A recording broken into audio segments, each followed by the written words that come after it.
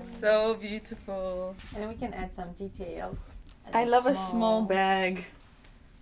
That's very cute. You can't find the hole. Chili to protect. I need all that protection. Yes, and to attract the good luck and etc. So it's like, oh my gosh, that's so cute. An element. My little chili. Good luck. Good luck. It's a modern dress. I could wear this out today on the streets of London.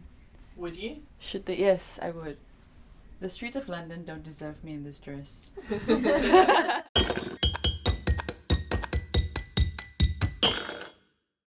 I'm making eye contact with everyone that walks past. Yeah. Hey.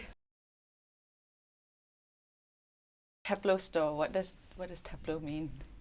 Teplo is about the warmth, about the atmosphere, about welcoming atmosphere, because initially this project started actually from knitting. And knitting was all about the warmth and the atmosphere. I was pregnant with my first kid, and then I wanted to do something with my hands. I wanted to learn something new, and that was knitting. And I was so passionate about that.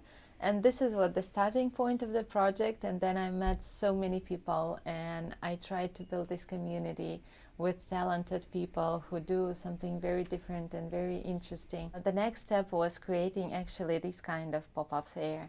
And it was very small. It was like around 30 crafters there. Wow. And we had around 500 people. 500 people is a lot. I don't think I have 500 friends. Then after that pop-up fair, they started asking like, when is the next one? But I was not planning any. Like, it was just for me, let's try to do this, and that's it. You're like, I was pregnant, I was doing this now, I'm done. Like, go away. But people and the participants also, like the crafters, they were like, oh, it was so great. We had sales, we had this word of mouth, like everyone started sharing about us. And it's so useful for us as a crafters, let's do it again. And I'm like, okay, if you like it, I can do it again. The second time was much better. And then we started doing it on a regular basis. And it grew a lot. Like now it is the biggest independent markets in and pop-up fairs in Uzbekistan. And now we have around 20,000 people visiting us during the weekends, and we have around 150 designers and crafters participating at the same time in one venue and location. So, That's amazing. I mean, in the span of 9-10 years, you went from 500 people to 20,000 people. Like, it really speaks to you and your curation of the whole space. Like, you've brought together artisans and craftsmen that you really believe in. Yes. When I started working, I started learning more about our culture, about the culture of the country, and then later it was not only the country but the region itself and the wider than the Silk Road. So it was, for me, it was starting from a very small piece and then growing and getting bigger and bigger. And I think at one point I thought that we have this beautiful heritage. We all knew, like, we were growing up with this architecture, the building, the history. And then the designers, they started transforming that into pieces, into garments, into clothing. And it was so fascinating for me. It was so beautiful. And I was so proud that I know these people and they are doing great things. It is, for me, it's like, oh wow, this is so beautiful. I know that this is like this is for centuries there. And here you can see the embroidery. It is called Suzani, and we originally, like many years ago, people used it for decorating their houses. It was like tablecloth or for decorating the wall. So they would.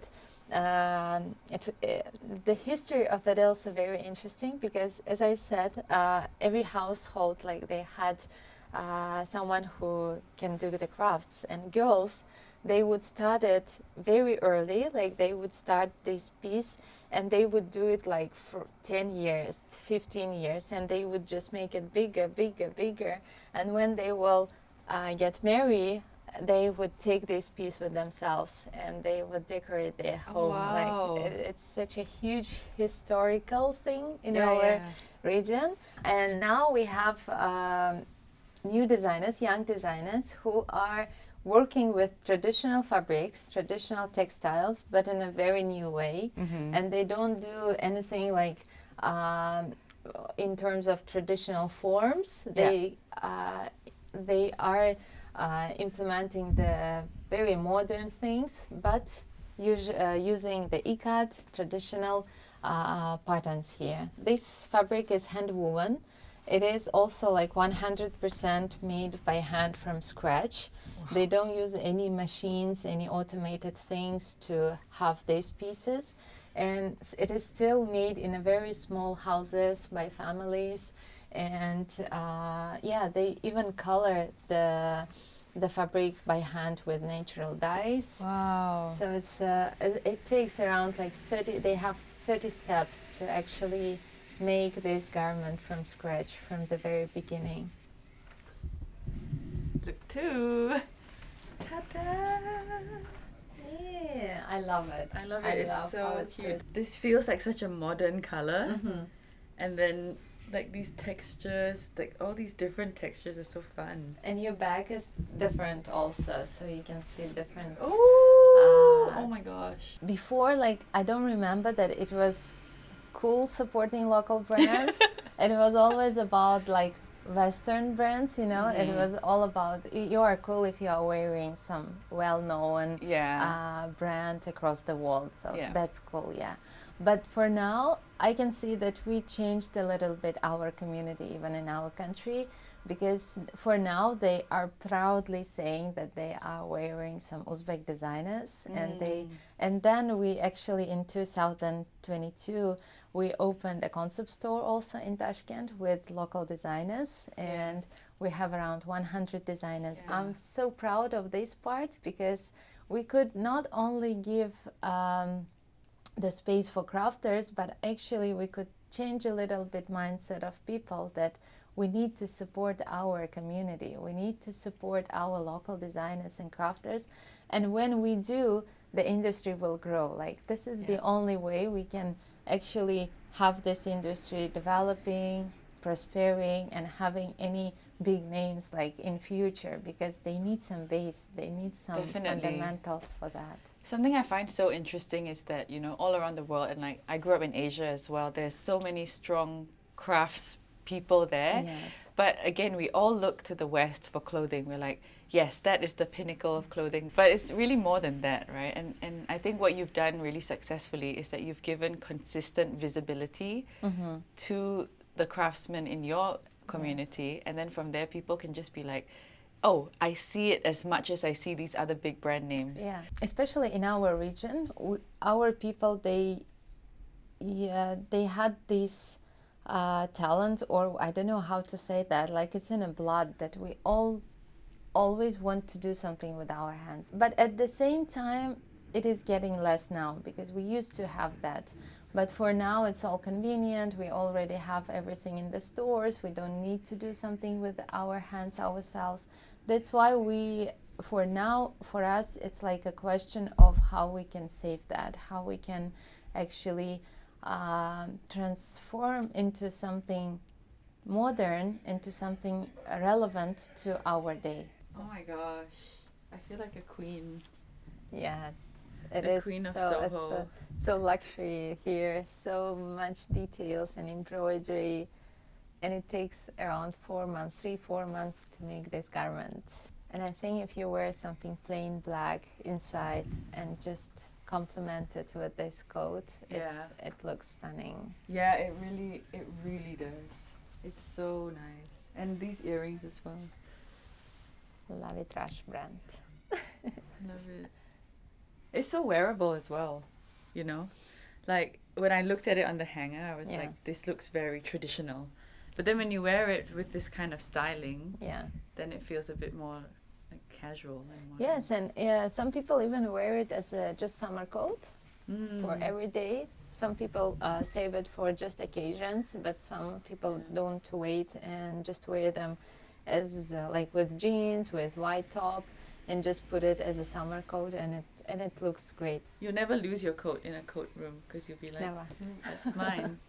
The way we wear clothes, the way we look at clothes, everything is human hands. Everything is touched by someone. Everything is thought by someone, imagined by someone. And that's the really special part about clothes. You can see it's a really tangible change over time. Like, yes, language, food, buildings, they all change with people, but I think clothes are a really special way that you see how humanity has touched and changed it along the way. If you open my wardrobe today, I don't know if you'll be able to tell what kind of person I am, which is a little bit sad because we spend so much time dressing ourselves and putting clothes on and, you know, showing the world who we are through our clothes, that it would be nice if each piece had a bit more of a story and had a bit more of a history and a bit more of a connection. Then you feel more connected to your clothes and you feel like you are sharing that every time you wear it. Yes, and I think you will value this piece and keep it as long as you can, and actually take care of that, and not have this attitude as a fast fashion when you have just, okay, like, it's ruined, not a problem. I'll take it ripped, I can throw it away. Exactly. Yeah, that's how we can turn into the slow fashion era, maybe. Love it.